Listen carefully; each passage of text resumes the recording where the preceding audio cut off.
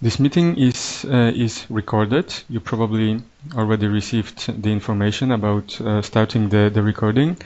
I hope you all agree to join this meeting when it is recording. Thanks to that, the recording will be available at Black Sea Horizon project website, where at any time you can access and see the videos. You can also watch all our recordings from all our webinars uploaded to YouTube. We have a special YouTube channel prepared within the project.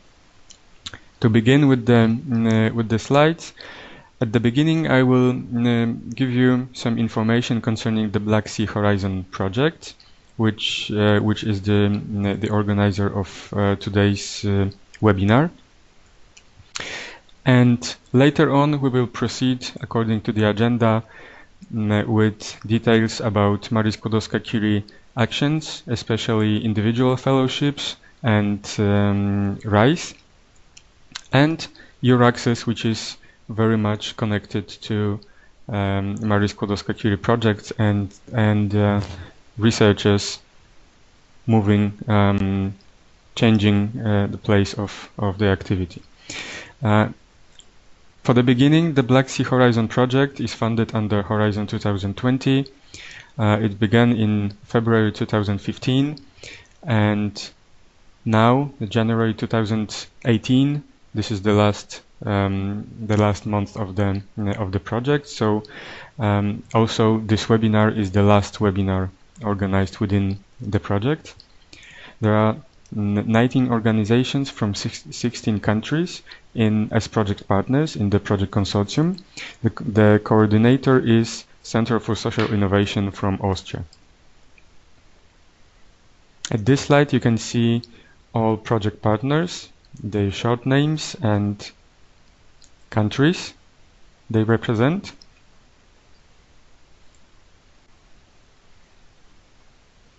Here you can see the most important links, so the website of the Black Sea Horizon project, our email, and the YouTube channel, which I mentioned about before.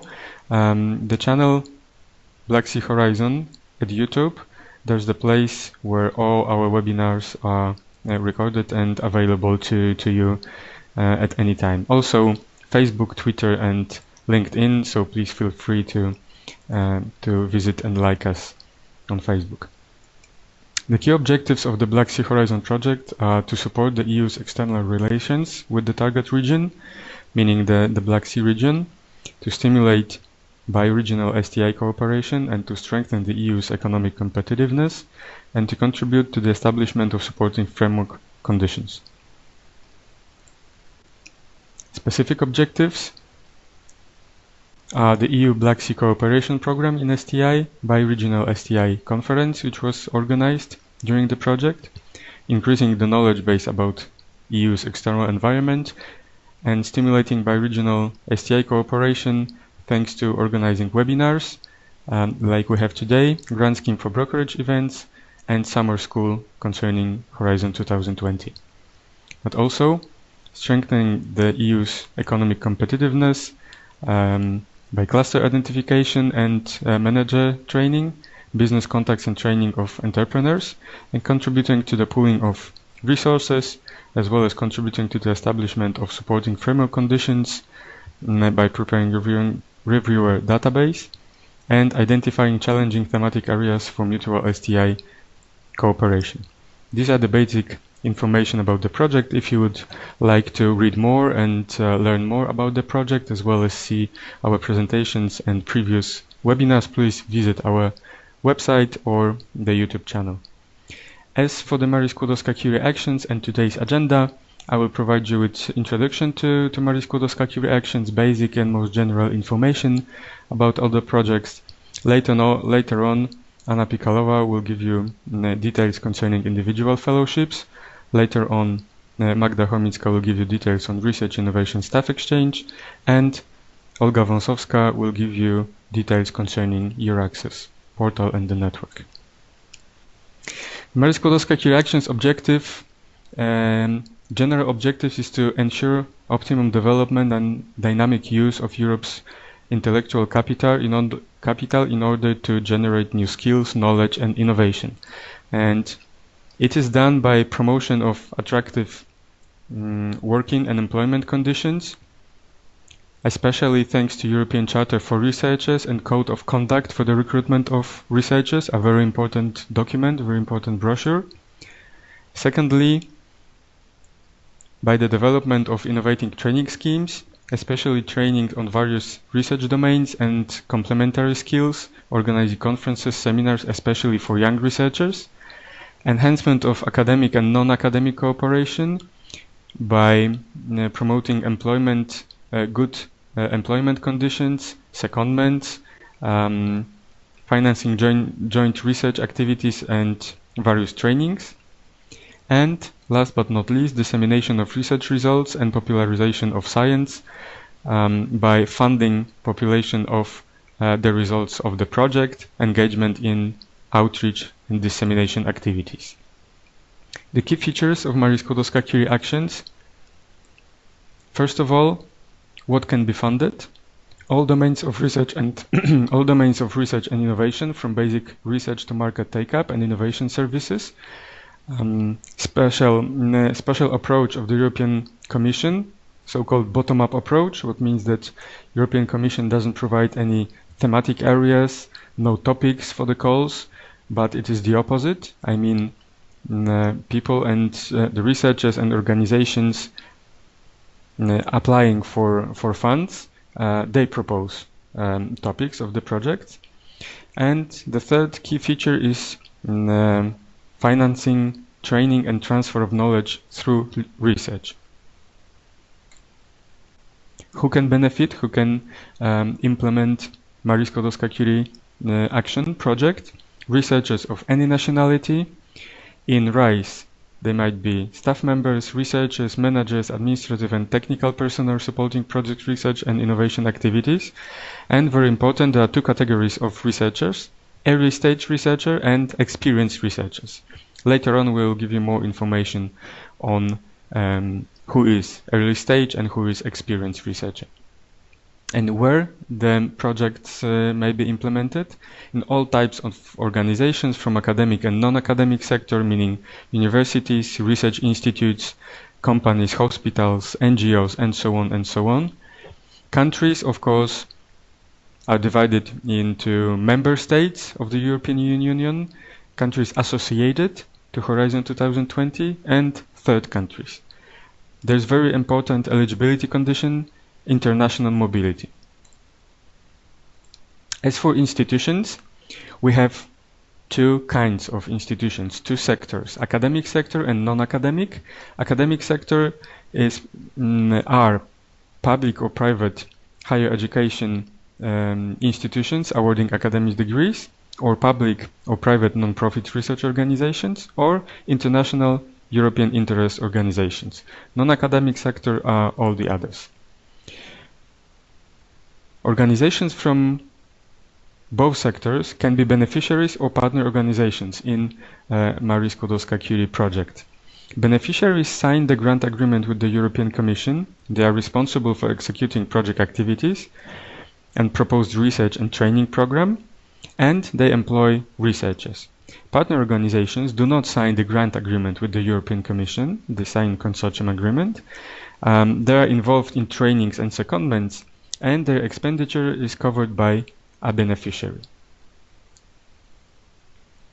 Researchers of any nationality who are employed by the host organizations within the Marie Skłodowska-Curie project.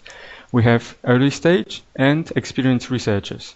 Early stage researchers are those who have less than 4 years of research experience and no PhD degree. Experienced researchers are those who have more than 4 years of research experience or a PhD degree. In this slide, you can see all types of Marie Skłodowska-Curie projects. There are 5 of them: individual fellowships, about which you will have more details in a minute; research and innovative staff exchange, you will hear about them later on. But there are also innovative training networks, co-funding of regional, national and international programs, and researchers' night. The difference is that in individual fellowships, the researchers apply directly to the European Commission in cooperation with hosting organizations, and in all the others, institutions apply to the European Commission and then later on recruit researchers. Here you can see the total budget for Marie Skłodowska-Curie project for the 2014-2020, so for the whole horizon. Each year only one call for each Marie Skłodowska-Curie action is open. There is single entry point, the participant portal, and in each case there are 3 evaluation criteria: excellence, impact and implementation. In this slide you can see the dates of the forthcoming calls in 2018 and 2019. So for the closest is night. Next one is 21st of March concerning RISE project. Later on 12th September individual fellowships, and later on 27th September on co-fund. And pretty similar in 2019. Now thank you for your attention. Now I will give the floor to Dr. Anna Pikalowa, who will give you more information concerning individual fellowships.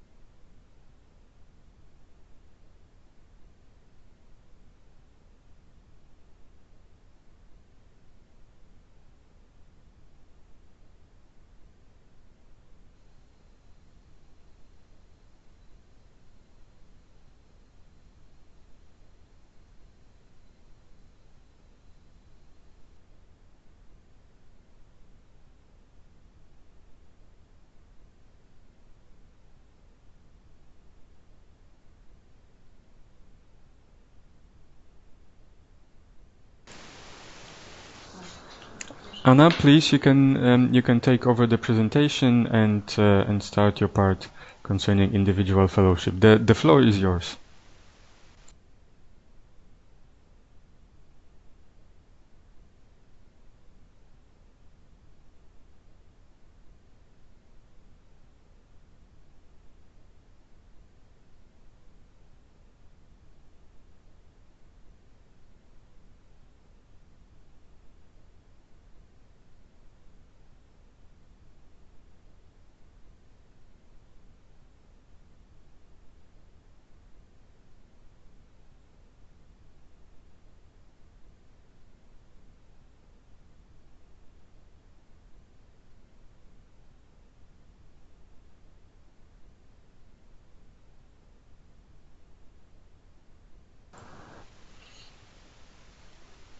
I'm sorry, it seems that we have some technical trouble.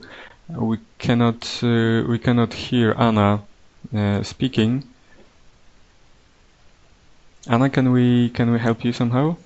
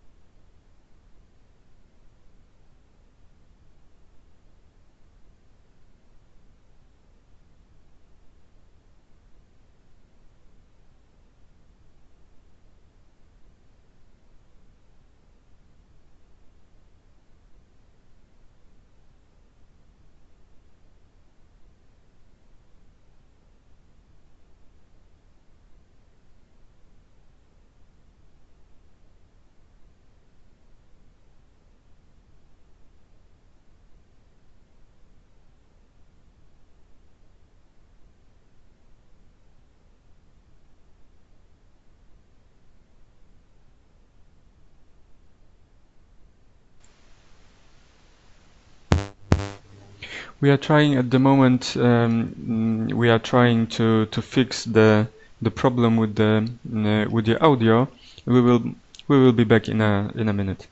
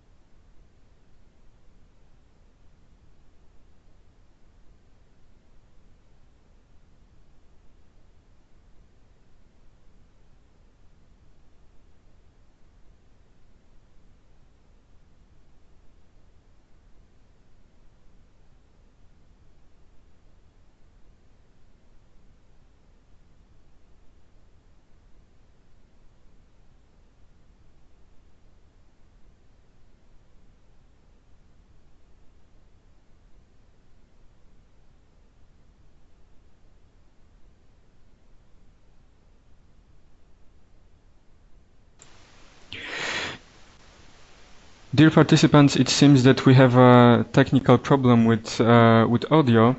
We cannot connect properly with Anna from Russian Federation. So in this case, we will slightly change the agenda. So now we will hear the presentation from Magda Chomicka concerning the RISE project, and later on, when we will solve the problems with audio with Anna, we will come back to the individual fellowship.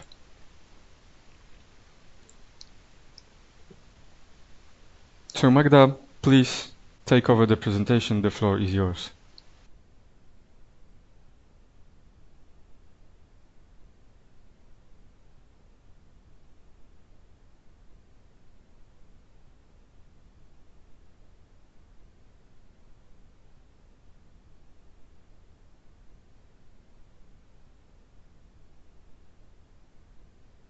Can you hear me now? Yes, okay. So good morning, everyone. It seems that there's a day of the technical issues, but I'm glad you can hear me at the moment. So we'll go to the RISE fellowships. RISE meaning Research and Innovation Staff Exchange, the action to which the call is currently open. With the deadline on April 21st this year, and with the overall budget of 80 million euro. So what is RISE about? To make it more clear, I would like to use a quote by George Bernard Shaw, an Irish playwright, who once said that if you have an apple and I have an apple and we exchange these apples, then you and I will still each have one apple. But if you have an idea and I have an idea and we exchange these ideas, then each of us will have two ideas.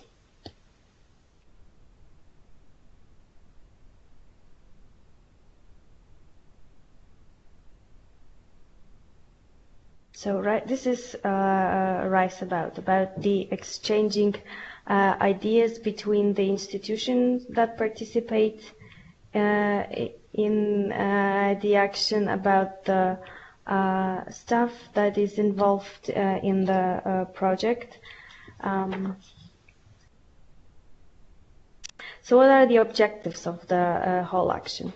Firstly, it's to promote international and intersectoral collaboration through research and innovation staff exchanges, and to develop common culture of research and innovation.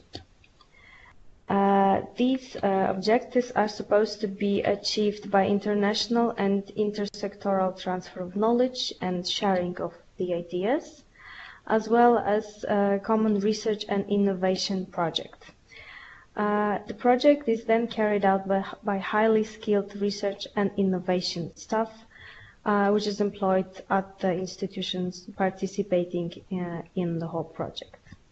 The actions, their impacts should strengthen the interaction between organizations in the academic and non-academic sectors and between Europe and third countries. What are the main features of RISE projects? They may last up to 4 years, which is the maximum duration. The projects, of course, can be shorter, but the institutions are encouraged to usually adjust their ideas and their research and innovation projects to the duration, and most of the projects usually last 4 years. There is a minimum eligibility conditions as for the organizations. So there have to be at least 3 participants, meaning organizations, from 3 different countries, and 2 of which has to be located in an EU member state or in an associated country. Associated country means a country that is associated to the Horizon 2020 framework program. The institutions that are involved in the projects might represent both sectors, so academics, so research institutes, universities, as well as non-academic sectors. So all the other places where the research might be carried out, such as banks, non-governmental organizations, hospitals, and so on. The project supports secondments of staff members, which might last from 1 up to 12 months within those 4 years that we've planned to carry out the projects. What is a secondment? Secondment takes place when you send your own staff, when you send your own workers to an institution in a different country. Those people are still considered your own staff, but for a given period of time, they're carrying out research activities at the partner organization, at the project partner organization. And these secondments, in order to be eligible, need to be international. That means that whenever in your consortium are countries from representing, an organization representing one country, the secondment between these 2 organizations is ineligible. What is also not eligible are the secondments between institutions located outside Europe. So if we have a partner organizations from third countries, the secondments between these organizations are also not possible. When it comes to the exchange of the staff and knowledge within Europe, it's only possible between the institutions representing 2 different sectors. For example, if we have a research institute located in Poland and a company located in Italy, let's say, this secondment is possible, but if there are organizations from the same sector, it is not possible. How many secondments can we plan? Overall, for these 4 years, we might plan 540 researcher months for secondment for the whole consortium. What is also worth noting is that the thing that the other third countries, such as the USA or Canada or Japan, these countries that are considered to be developed countries, these countries need to envisage their own budget for seconding their own staff. That means that the European Union does not fund these secondments. So what you have to do while building a consortium is to check whether all the secondments will be eligible for funding. They're eligible in terms to take place, but they are not always eligible for funding.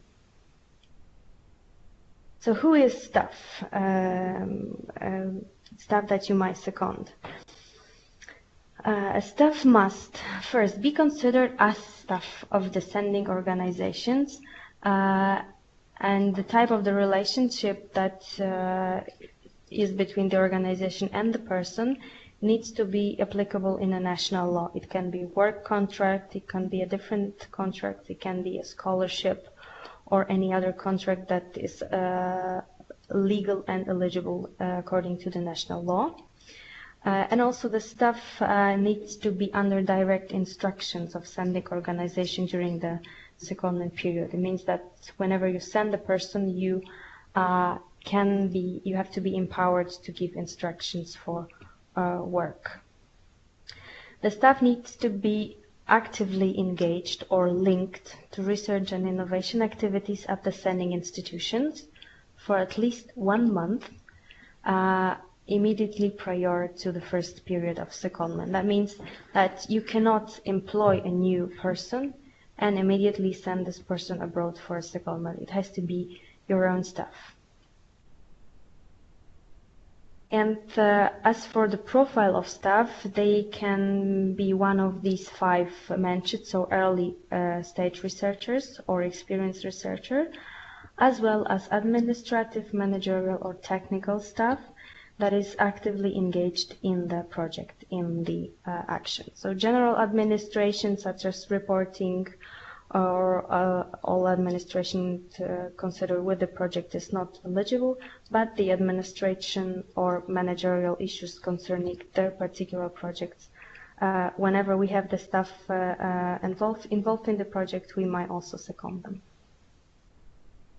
So what secondments are possible and eligible for funding? As for Europe, we can only exchange our employees between 2 sectors, so between academia and non-academia. This same applies to the exchanges between European institutions and institutions located in third countries. And also, as for the institutions located in third countries and Europe, these exchanges are also possible. So when it comes to Europe, only intersectoral secondments are possible, but when it comes to the exchanges between Europe and third countries, all combinations are possible. However, please keep in mind that not all third countries are eligible for funding. So talking about funding, these are the budget charts with unit costs per each month of secondment. So firstly, we have the group called staff member unit cost, and this is 2,100 euro, and this is a top-up allowance which is supposed to support travel, accommodation and subsistence costs for staff member during secondment. These are not money that should be paid as a salary or wages of the staff members. This you have to continue paying to your staff yourself.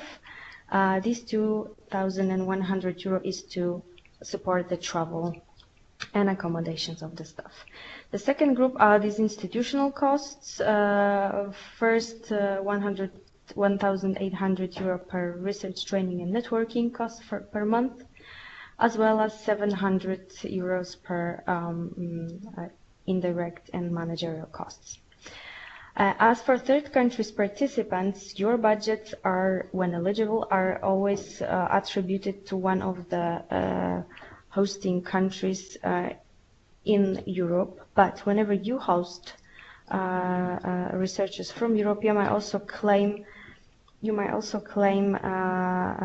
the institutional costs from European organizations whenever there are any activities carried out at your institutions. So what are the opportunities for third country partners in RISE projects? Firstly, you might become a project partner and take active part in research and innovation activities planned for the project. You might send your own staff to Europe with EU funding if you're eligible for the funding. You might as well host researchers seconded from Europe This as for the project's direct actions, but you might also get involved in managerial bodies and be involved in the management of the project. And of course, you, as mentioned before, you might claim costs for research, training, and networking, as well as for management and indirect costs. In order to be sure and to know what can you do, what are your duties, what are your rights, it is recommended to sign partnership agreement between third countries partners and the whole consortium. So thank you for listening to the opportunities within RISE project, and now back over to Adam. Thank you. Thank you, Magda, for this nice presentation. As you can see, RISE provides many opportunities for cooperation between academic and non-academic sector, and between third countries and European member states and associated countries. Now, the next presentation is about individual fellowships.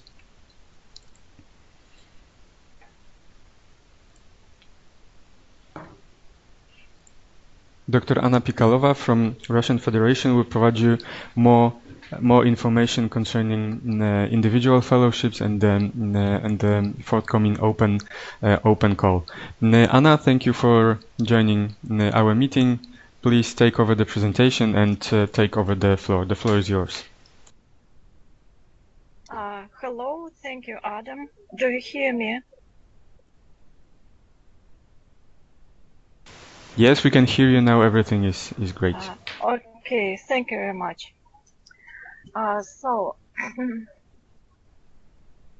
Maria Skłodowska-Curie Individual Fellowships Program provides a support for experienced researchers of any nationality to perform research in host organizations of member states of European Union or countries associated to Horizon 2020. For participation, researcher and host organization beneficiary in member states or associated countries should submit jointly an application for the relevant contests. List of associated countries you can find in the participant portal. Experienced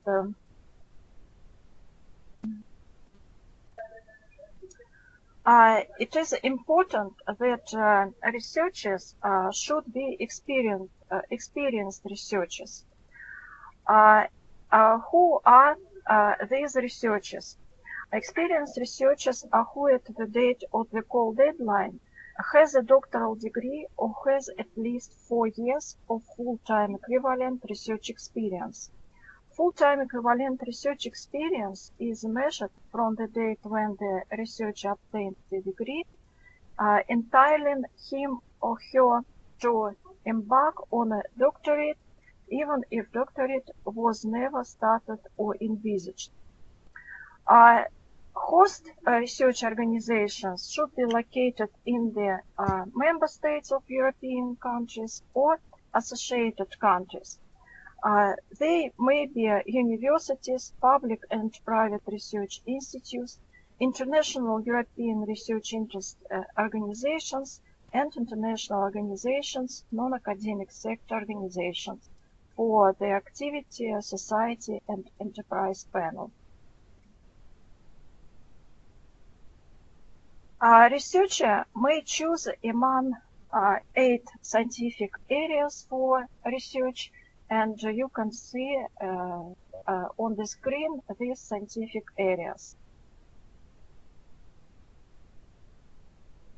Individual fellowships include the following types of action: standard European fellowships, career restart panel, reintegration panel, society and enterprise panel, global fellowships, and widening fellowships. At standard European fellowships, experienced researcher of any nationality, there is no age restrictions, must move from any country to the European member states or associated country where the host organization beneficiary is located. The duration of this fellowship is between 1 to 2 years. It is the mobility rule that the researcher must not have resided or carried out his main activity in the country of the beneficiary for more than 12 months in the 3 years immediately before the call deadline, and short stays are not counted. For the beneficiaries, which are international European interest organizations or international organizations located in a member state or associated country, the researcher must not have spent more than 12 months in the 3 years immediately before the call deadline in the same organization. Career Restart Panel. Experienced researcher of any nationality must move from any country to the European member state or associated country where the host organization beneficiary is located for the period between 1 to 2 years. Researcher must have a career break in research for at least 12 months before the deadline for submission of proposals. Such career break may be unemployment, for example, sick leave, no fellowships, or no employment contract in the domain of research. In this case, it is a mobility rule that the researcher must not have resided or carried out the main activity, work or study in the country of beneficiary for more than 3 years in the 5 years immediately before the call deadline, and short stays are not counted. Beneficiary, which are international European interest organizations or international organizations located in the European member states or associated country. In this case, the researcher must not have spent more than 3 years in the 5 years immediately before the call deadline in the same organization. Reintegration Panel. Experienced researcher who wish to return and reintegrate in the longer-term research position in Europe must move directly from a third country to the member state or associated country for the period of 1 to 2 years. The researcher must be a national or long-term resident of a member state or associated country that is full-time research activity in the member state or associated country lasted at 5 consecutive years. The mobility rule for this activity is that researcher must not have resided or carried out the main activity in the country or the beneficiary member state or associated country for more than 3 years in the period of 5 years immediately before the call deadline. The same rule is for the beneficiaries when there are international European interest organizations or international organizations. For example, the direct mobility. The researcher has worked in the United States for the past year, and he moved back to Portugal 3 months ago and submits a proposal with a Portuguese host. And in this case, the proposal is eligible. Another example, when it is not direct mobility, but it is indirect mobility. When a researcher has worked in the United States for the past year, he moved back to Portugal 3 months ago and submits a proposal with a German host. And in this case, this proposal is not eligible. Society and Enterprise Panel experienced researcher of any nationality who wish to work on research and innovation projects in an organization from the non-academic sector must move from any country to the European member states or associated country where the host organization beneficiary is located for the period of 1-2 years. The same are the mobility rule. For this action, the researcher must not have resided or carried out the main activity in the country of the beneficiary for more than 3 years in the 5 years immediately before the call deadline. And the same rule is for organizations, beneficiaries when they are international organizations located in the member state or associated country. Which are non-academic sector organizations. They are public or private higher education establishments awarding academic degrees, public or private non-profit research institutes whose mission is to pursue research, and international European interest organizations. Global fellowships. Experienced researcher of national or long-term resident of member state or associated country must move from any country to a partner organization located in a third country. Initial outgoing phase in a third country lasts from 1 to 2 years, and then it is the return period of 1 year to the organization beneficiary located in the European member state or associated country. The mobility rule for global fellowships is that a researcher must not have resided or carried out their main activity in the country of the third country partner organization where the initial outgoing phase takes place for more than 1 year in the 3 years immediately before the call deadline. And the same rule is for international organization located in a third country, which is a partner organization. And this is, as I know, rather new activity of Maria Skłodowska-Curie Actions, widening fellowships. This is support to researchers to undertake their fellowship in a widening country. And here you can see this list of widening countries. In this, researcher can submit joint proposal with organizations from these countries to the call for proposals.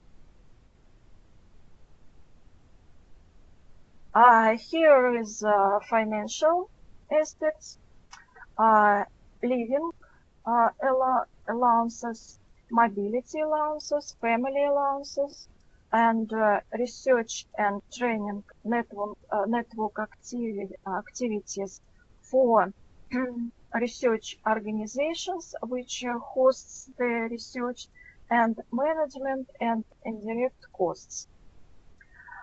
For living allowances, a country correction coefficient of host organizations applies to the this category of costs.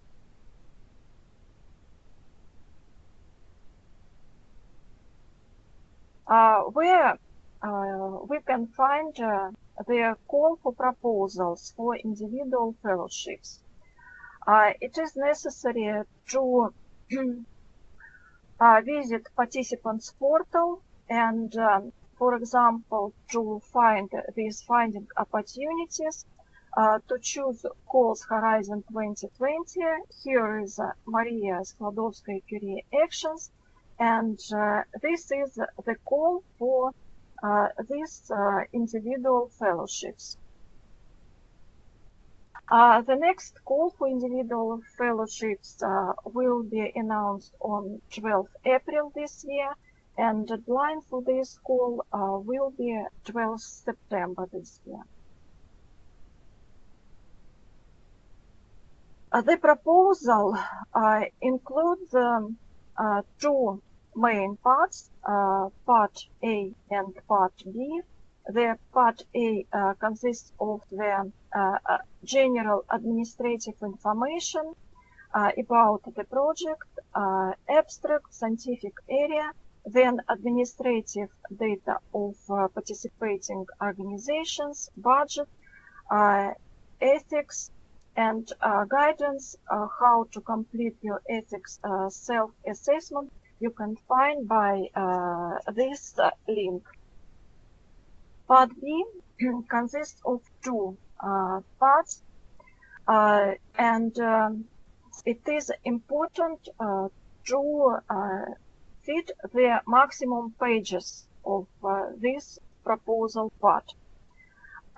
It is a start page, table of contents, list of participation organizations, and very important part is excellence, impact, and implementation of the research. The section 2 of B part is CV of experienced researcher, capacities of the participating organizations, ethical aspects, and letter of commitment of a partner organization. This is only for global fellowship. What are evaluation criteria? The evaluation criteria, very important, is excellence. This is quality of research and innovation project, quality and appropriateness of the training of the researcher and transfer of knowledge, then quality of the supervision and potential of the researcher for research activity. Then it is impact and quality and efficiency of implementation. And this slide presents you important information for the Maria Skłodowska-Curie individual fellowships. This is website of Maria Skłodowska-Curie actions. Then it is link where you can find call for proposals, online manual for Horizon 2020 located at participant portal. You can obtain support from national contact points of Horizon 2020. Also, important information you can find at the website of network Maria Skłodowska-Curie Actions National Contact Points. And this publication,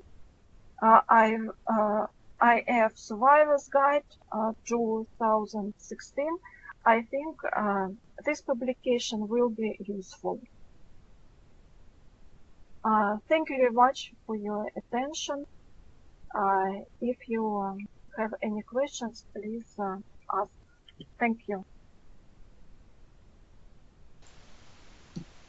Thank you very much, Anna, for this nice and detailed information.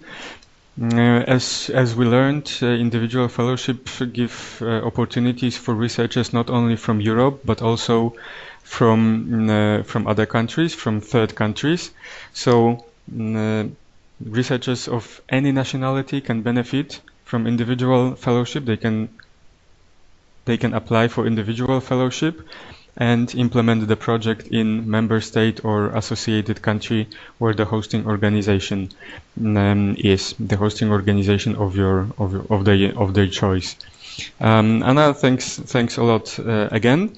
If any of you would have some questions concerning individual fellowships or others, please use the chat window in the left lower corner. You can post your questions there, and after the slides, after the presentations, we will answer your questions aloud. And now, Olga Wąsowska. Olga, please take over the presentation. And Olga will give us details concerning the Euraxess initiative and how helpful can it be to the researchers. Thank you very much, and Olga, please take over the floor. The floor is yours.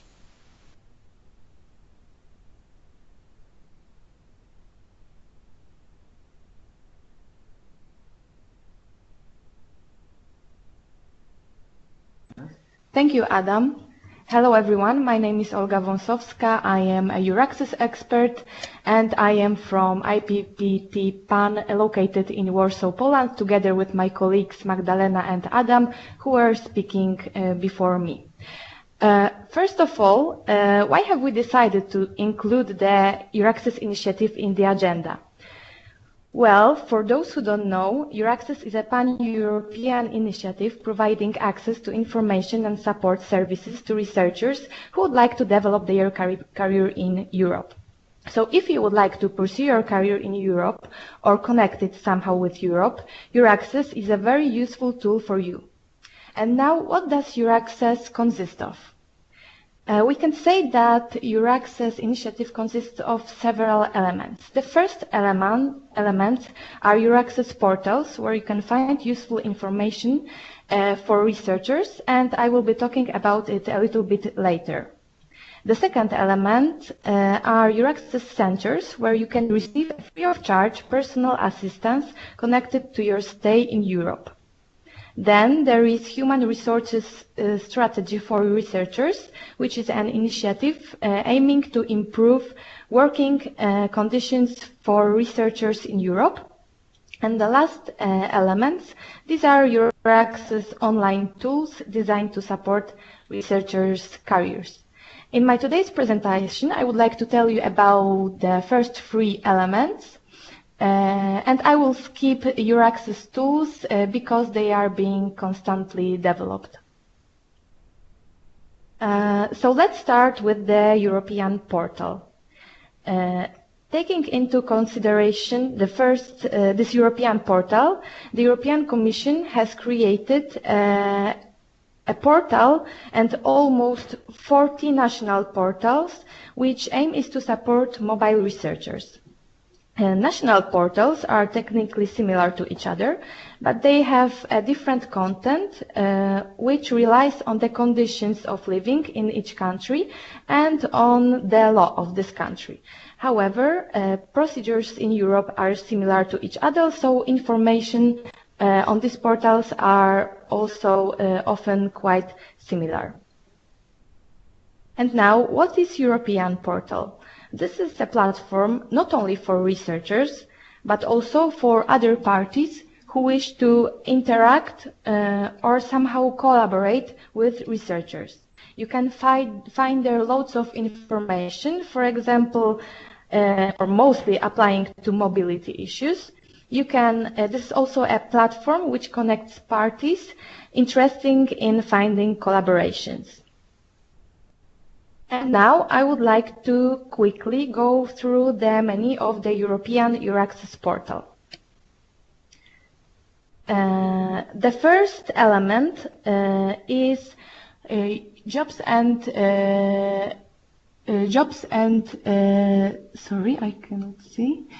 funding, where you can find lots of jobs offers for researchers and funding offers. And today I checked that there were almost 5,000 offers. So this is a very big amount, I think.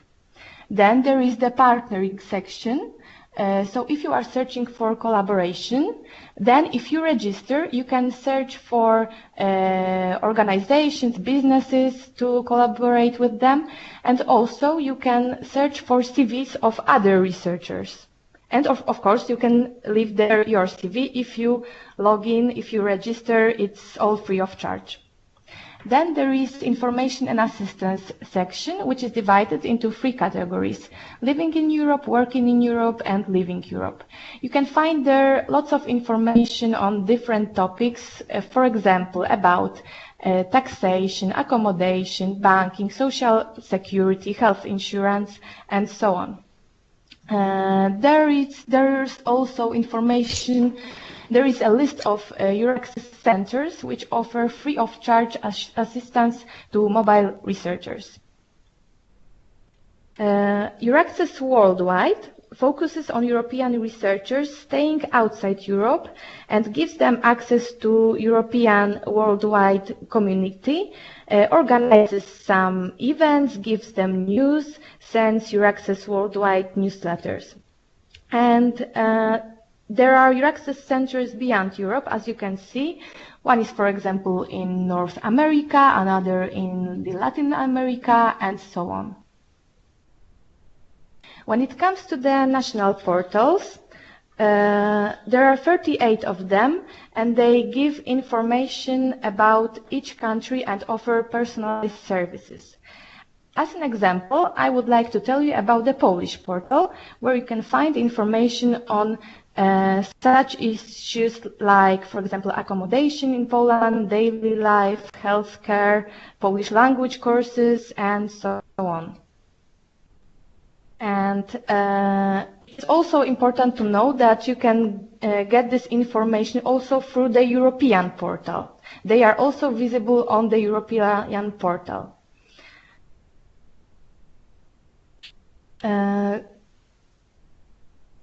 And for example, when it comes to the Polish portal, the highest amount of visits to this portal is to the entry conditions section and to residence permit section. When it comes to Euraxess centers, there is 518 Euraxess centers in Europe. They will help you to organize your stay in Europe. They will give you information on, like I said previously, entry conditions, stay legalization, taxation, and so on. And this is a free of charge assistance. So you can call or send an email to these Euraxess centers and they will help you. For example, in Poland, there are 10 centers. So feel free to find the nearest center and get in touch. Some of the researchers whom we've helped decided to share their experience and sent us their success stories. So if you wish, you can read about their experience and see how it works in practice. And a little bit about the Human Resources Strategy for Researchers.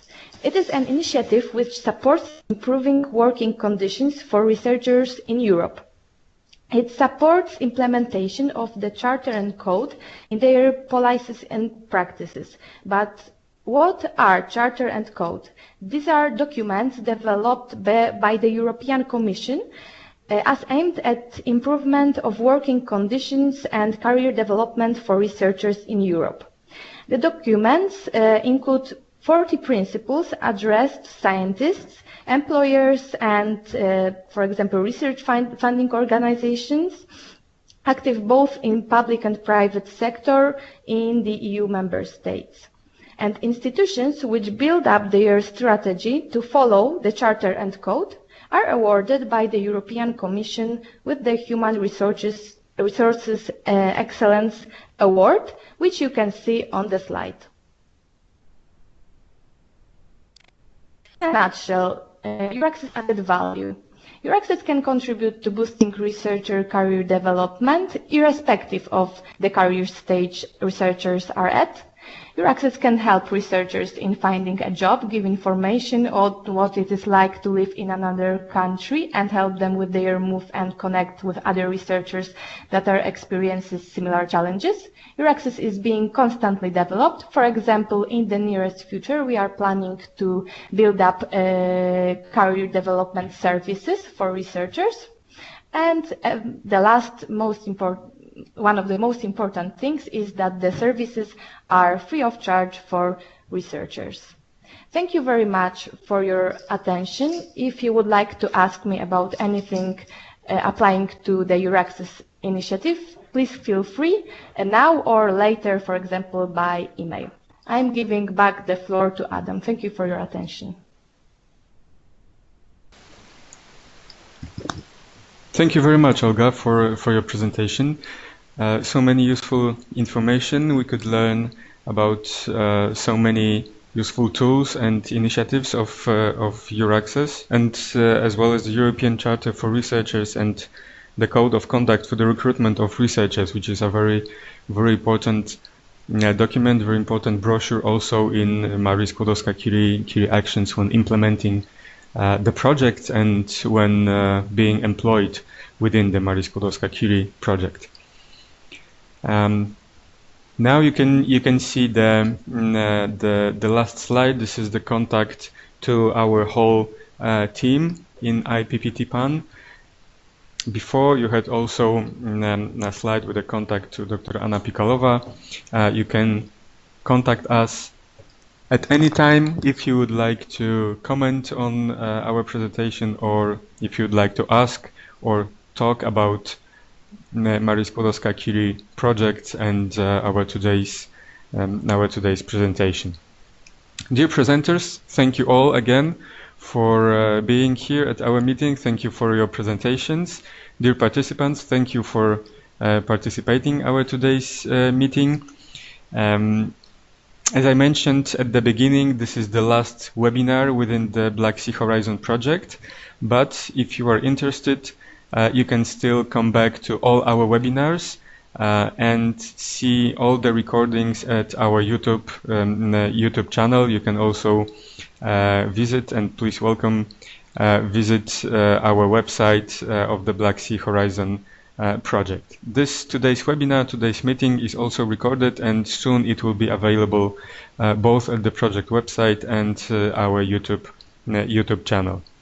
Thank you all for your participation and for your attention. If you have any questions, we are still here ready to answer them. If not, of course, later on you can contact us directly also by telephone or email.